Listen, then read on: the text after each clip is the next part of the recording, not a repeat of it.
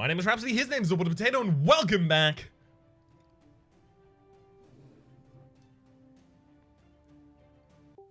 to ShellShock Live. Hey. What the hell did you just say? Sorry. To what? Welcome back to ShellShock Live. You're probably in a really poor position here. I don't think this is going to be long for... Or rather, I don't think you're long for the world. I think I'm stuffed. Yeah, I think I'm going to be stuffed like straight away. Best of luck. All right. Oh. All it needs is one. All it needs is one. Oh, come on. How am I going to get this? How? I don't know if I can reach this. Come on. Come on. What is this? This horse hockey. Hey, precisely. All right, let me see. Let me see what I got. All right, you know what? I was meant to ask you, by the way. I'm looking for some tips, and I was wondering if you had any vocal exercise warm-ups that you do before recording that you would like to impart. I do. You need to promise before I divulge any of these that you aren't going to make me do them. Oh, oh. Yeah, I know. Sorry. I listen to a lot of quite lyrically dense rap when I'm starting up, because it helps me kind of limber up and get into the flow of speaking quite quickly and try to get everything out relatively fast. I literally haven't changed my bead since the first shot. This is excellent. But it is a really good vocal warm-up, because singing can kind of strain your voice a little bit. Obviously, there's normal vocal warm-ups you can do before singing, which are usually just kind of like going up and down scales in different amounts. But I find quite lyrically dense rap is really good for that. So I really like MF Doom for that. Right, gets you in a good flow.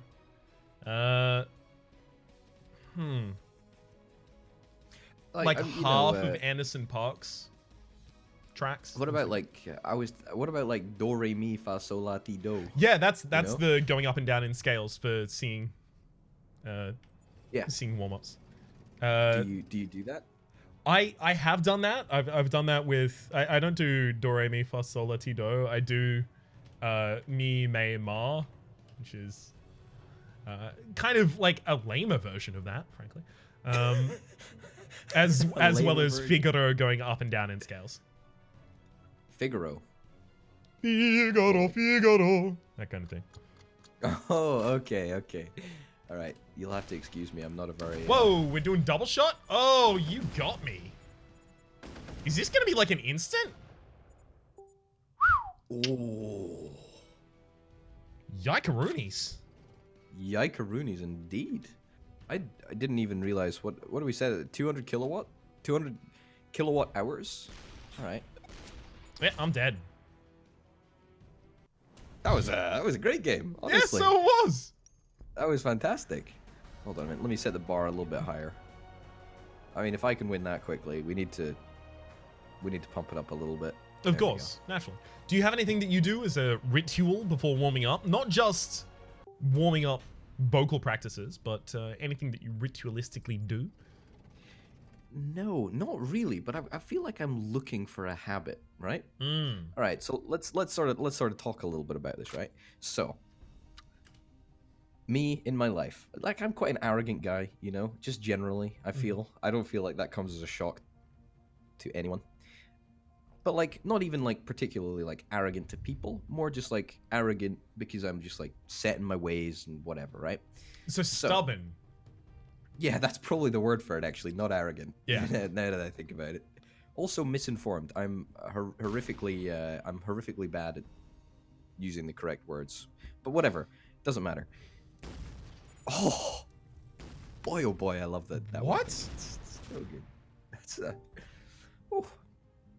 Anyway, point is that recently, right? I recently started taking up I recently took up bullet journaling, right? Bullet journaling? journaling? Do you know about this? Yeah, do you know about this? No. All right, so bullet journaling is kind of like it's kind of like a fad, I guess, with the whole, like, I guess kind of like the hipster crowd. You know what I mean? Oh, I do. You know? Yeah. The hipster crowd. Like, I'm not a hipster. I'm not part of any crowd, but you know, bullet journaling is basically just like a way to like lay out your stuff, and I'm not very good at it, and I don't really bullet journal. Like, but the point is that I've started to like try and track things a lot more. Like try and track like what I'm doing, try and track what I want to do, you know? So I feel that I've lost the thread of this conversation, and now I don't know where to go because I forgot what we were talking about. Ritualistic things that you do before recording. Oh yeah, no, I don't have anything. Sorry, that was completely off topic. To digress, I feel like I probably am a hipster. I've more recently, like, I think I walked out of a film and someone said, "Did you see a movie?" And I said, "I saw cinema." And I was like, no.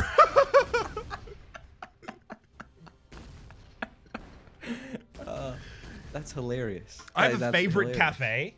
I have a favorite cocktail bar. Yeah, you're a hipster. I know the bartender at my favorite cocktail bar. Okay, you're definitely a hipster. Yeah. Like, I'm currently doing another rerun at a Hirsute Pursuit, which is to say trying to grow facial hair. It's going okay so far. Yeah, a Hirsute Pursuit. Hirsute meaning hairy, and pursuit meaning kind of an attempt, I guess. I feel like you should write a book, you know? Rhapsody's Hirsute's Pursuits and How Else to Fail by Ryan James Pearson. No, I feel like you need to, you know. Failure is my best friend, because no one else would be, by Ryan James Pearson. No, I feel like, you know, Confessions of a Almost Hipster, you know? Confessions of an Almost Hipster? That's already stepping off of the point. I am very clearly a hipster. Okay. Oh no. No. I went to a black tie event and I wore a tan suit with an slightly off tan, very tasteful, vest. Oh wow. My partner and I were the only people not wearing black and white, except for the ladies, of course, being able to wear dresses. Oh, wouldn't want a dress if I could have. You should have. I really should have. You really should have. Well, I must say, congratulations. I'm glad that we've got that out in the open. That you are that I'm a hipster. I feel like that's probably abundantly clear to anyone who's watched the channel for any period of time. It comes across when I try and describe my job title: indie game content creator. Oh. All right. Let's pause this very interesting hipster discussion, because I do want to come back to it, because hipster chat is great fun. But like, indie games, what do you think about indie games? I love them. Because I've started to really dislike that term. Really? Like, indie games. Yeah. Intensely dislike it. Is there any particularly good reason for that? No, not a good reason at all. But like, I just feel like everyone and their dog is now an indie game developer, right? And I feel like there's this sort of cult that's grown up around it about, like, you know, stick it to the man, stick it to the AAA game industry. Not like I got a problem with that, don't get me wrong. Right. But I just feel like it's a little bit cultish, you know what I'm saying? I'm afraid to say that kind of mentality, the mentality of we will do for ourselves what the money men and the larger publishers won't allow creatively, is a large amount of what I really appreciate about indie games. I feel like they get to take creative risks that aren't necessarily considered commercially viable on first blush. Oh, look, don't get me wrong. I agree with that entirely. And of course, indie games, there's some indie games, right, that are like genuinely like great games. And there's a lot of really good, I guess this could technically be classified as like an indie game. Yeah, definitely. As well. I mean, like, for sure. And, you know, I don't necessarily have a problem with indie games in general. It's just the whole idea that if you make something, and even if you've never made anything before, whatever, you can still, like, put it out as an indie game, and there's just something that just doesn't sit right with me about it, you know? I don't know what it is.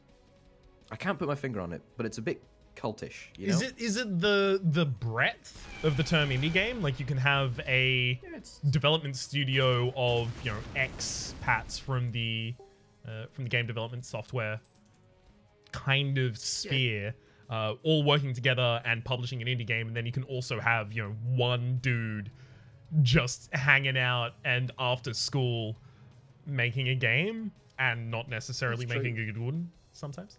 I think that's probably it. Like, the range of quality is, I mean that's a pretty silly thing to say, because I mean, I know that the variety of quality in a AAA game is, you know, just as large, if not actually larger, really, most of the time, than indie games.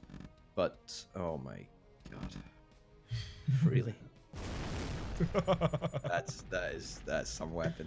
Breakamania. That's good. It's really good. Oh, I don't know. It's also just like not a very good descriptor of like a genre, even though it counts as a genre. You know what I mean? I wouldn't say it counts as a genre in the same way that I would say like a AAA shooter. I would say an indie platformer. The genre comes thereafter. It does, however, describe a little bit of the sensibility behind something, usually at the very least.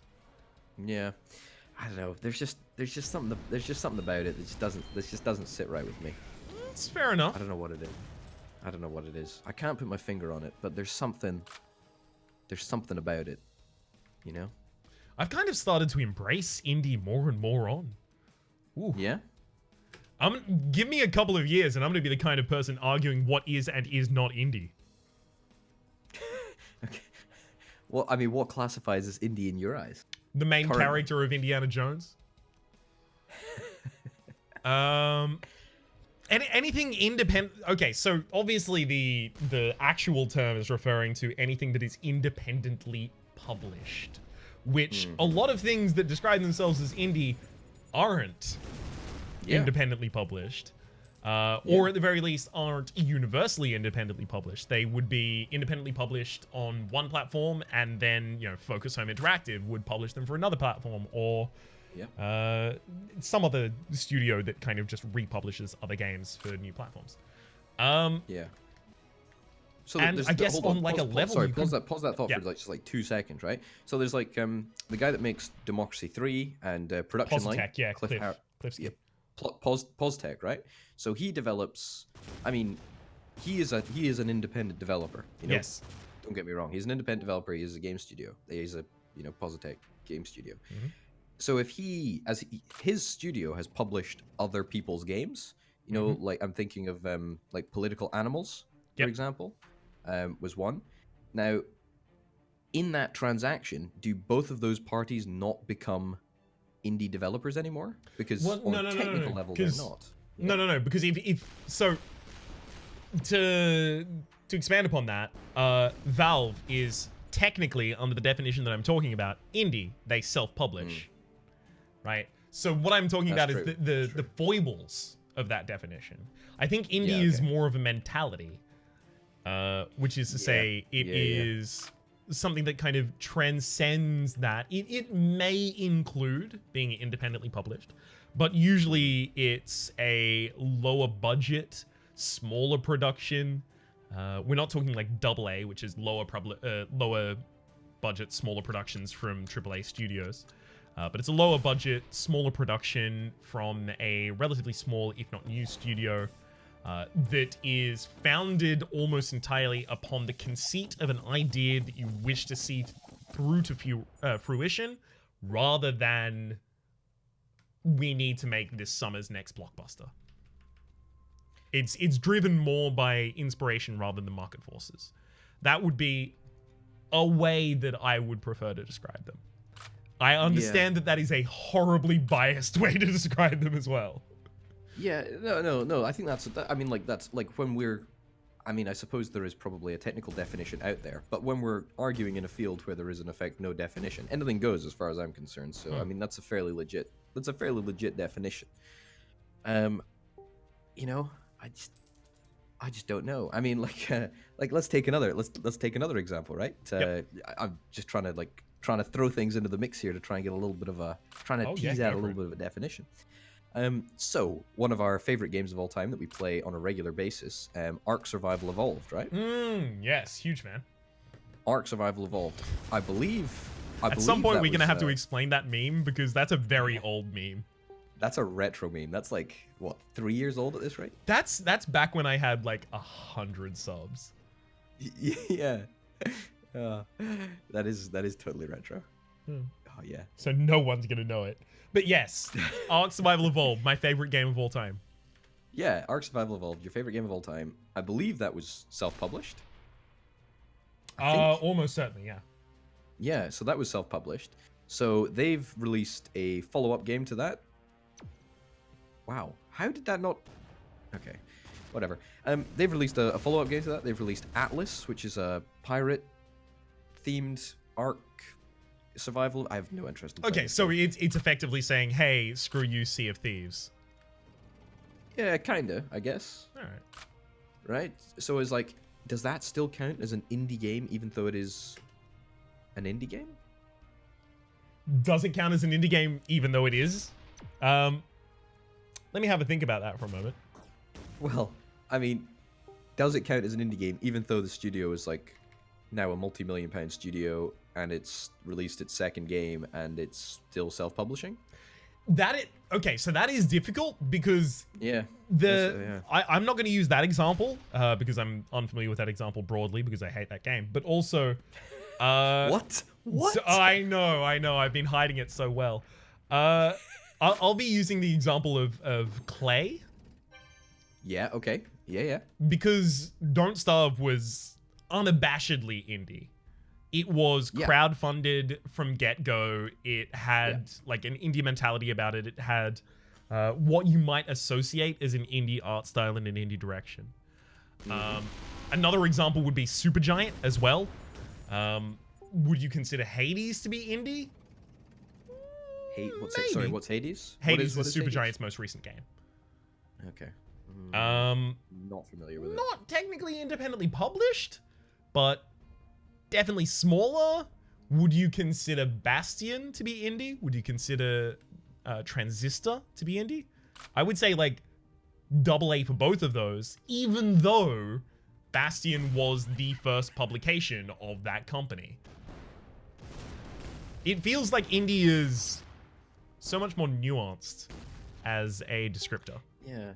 You see, that's right, is that I feel that there is like a firm definition of what an indie game should be, but it's really difficult to like put a finger on exactly what that definition should be, because otherwise you'll end up excluding games which obviously are indie but don't feel like they should be indie, and then there's other games which are definitely not indie but feel like they are. You know what I mean? It's like that's such a difficult concept. There's almost an ineffable essence. There's a description that is used in the censorship business when talking about adult content in terms of pornography. And it says, I don't know how to define pornography, but I sure as hell know it when I see it. Yeah, absolutely. And it feels like that is relevant to the indie sphere in particular. Yeah, exactly that. But that's just, I don't know, you can't put your finger on it. You can't put your finger on it. And no, not at all. It's a difficult question. And I do want to point out, I'm not being like purposefully malicious towards indie games. I like myself some good indie games, but you know, there's just it's just difficult to pinpoint exactly what one is and what constitutes an indie game. Yeah, no, definitely. It's because a lot of bad games as well, right? A lot of bad games will be slapped with the indie title. You know, oh, this game was like independent studio, it's pretty bad. You know, like almost with the expectation that it shouldn't be good because it is indie. Does that make sense? Yes, I got that back when please no flame. I got that back when I put a negative review on Dust: An Elysian Tale. I understand that game was developed entirely by one dude, extremely indie, but I reviewed it and I was like, hey, this is like real bad. Like all of the voice acting is astonishingly poor. The animation really doesn't help. The characterization from start to end is fraught. The plot makes no sense whatsoever. Yeah. And it felt like I was punching down. Like, should they be judged on a different scale? I don't necessarily think so, because I think every time I see a AAA game, I have such fatigue of them. It takes a really outstanding AAA game for me to actually like them. If anything, I'm more prejudiced against AAA games than I am against indie games for being in their kind of same realm. Like, I judge them differently rather than judging indie games differently. But at the same time, I feel like in the indie game sphere, a lot of the time it's much easier to tell what is or what is not going to be a particularly good product. Ooh. Tried. Nice. It's much easier in the indie game sphere to tell what is and is not going to be a particularly good product, because there isn't that kind of level of polish and sheen put on what might otherwise be described as a turd. Yeah. Yeah. No, I'll grant that. I'll grant that. Nice. Not bad. Yeah, no, that's fair comment. That's fair comment, but it's so difficult. It's so difficult to sort of yeah, I don't disagree. To sort of describe. I mean, yeah. It's a rough thing to do. It is a rough thing to do. It is a really, really rough thing to do. I don't know. I don't think there's any correct answer to it, you know? It's just one of those things. There's definitely not at the moment. If anyone feels like they have a concise definition of what is and is not indie, feel free to leave it in the comments down below. But also, be aware, I am going to argue with you about it. Almost definitely. What about, like, music, right? What's the definition of indie? So independently published is a much more relevant example in music. Because the means of production aren't the means of production aren't so distributed as they are in online platforms like Steam, Desora, GOG, GMG, etc. kind of publishing your games, or rather faux publishing your games for you, being a storefront that publishes your games. Yeah. But also, there are very, very, very few artists in the music industry that act as their own publishers, whereas game studios do it often. Yeah. So I feel like the distinction of did you publish this yourself is a much more relevant distinction there. And I'll admit, I'm a huge fan of a lot of indie music. I listen to a lot of experimental noise rap. Experimental noise rap? Yeah, is that a thing? It is. Listen to some clipping. Lowercase c L-I-P-P-I-N-G full stop. Oh, David Diggs. Have you listened to any white noise? No, I haven't. Oh, that's my favorite indie band. Yeah, white noise is my favorite indie band. Oh, damn. It's really, like, the depth of the music is really, it's astounding, actually. You can really hear the emotion and the passion that's crafted into I'm assuming that you're being sincere here. But somehow I feel I've been hoodwinked. I couldn't possibly comment. Couldn't possibly tell you. All right. Well, such an eternal shame. Is this one on you or me? I think it's on you. For the moment, my name has been Rhapsody. The name of the game has been Slay the Spire. Name my compatriot here, Orbital Potato. Why don't you tell us what you're currently doing on your channel, considering that this is 2 weeks ahead timestamp? I thought you were going to say my companion has been Orbital Potato the Defect. I thought that's what I was expecting. You know, this has been Slay the Spire. Here's Orbital Potato the Defect. Or the Defect. No. You'd definitely be... Be the what, Ironclad? sorry? The Ironclad? Really? You'd probably be Merchant. Is that an expanded chap? A DLC? No, it's not a modded chap. It's the fellow what mans the store. Oh, okay. All right. Fair. Yeah, the channel's good at the moment. There's a bunch of strategy simulation games going on at the moment. A lot of serious exciting stuff that I'm that I'm excited to publish very, very shortly. So in 2 weeks, the channel's going to be full of a backlog of really interesting stuff. So yeah, go check it Oh, out. you're doing a lot of Good. not mentioning the names of any of these things.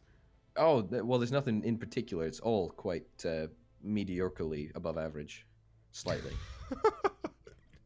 So go visit Orbital Potato's channel in the comments down below. It is mediocrely above average. This is a direct quote from the creator. Hopefully you've been enjoying yourselves, and hopefully we'll see you next time. Bye.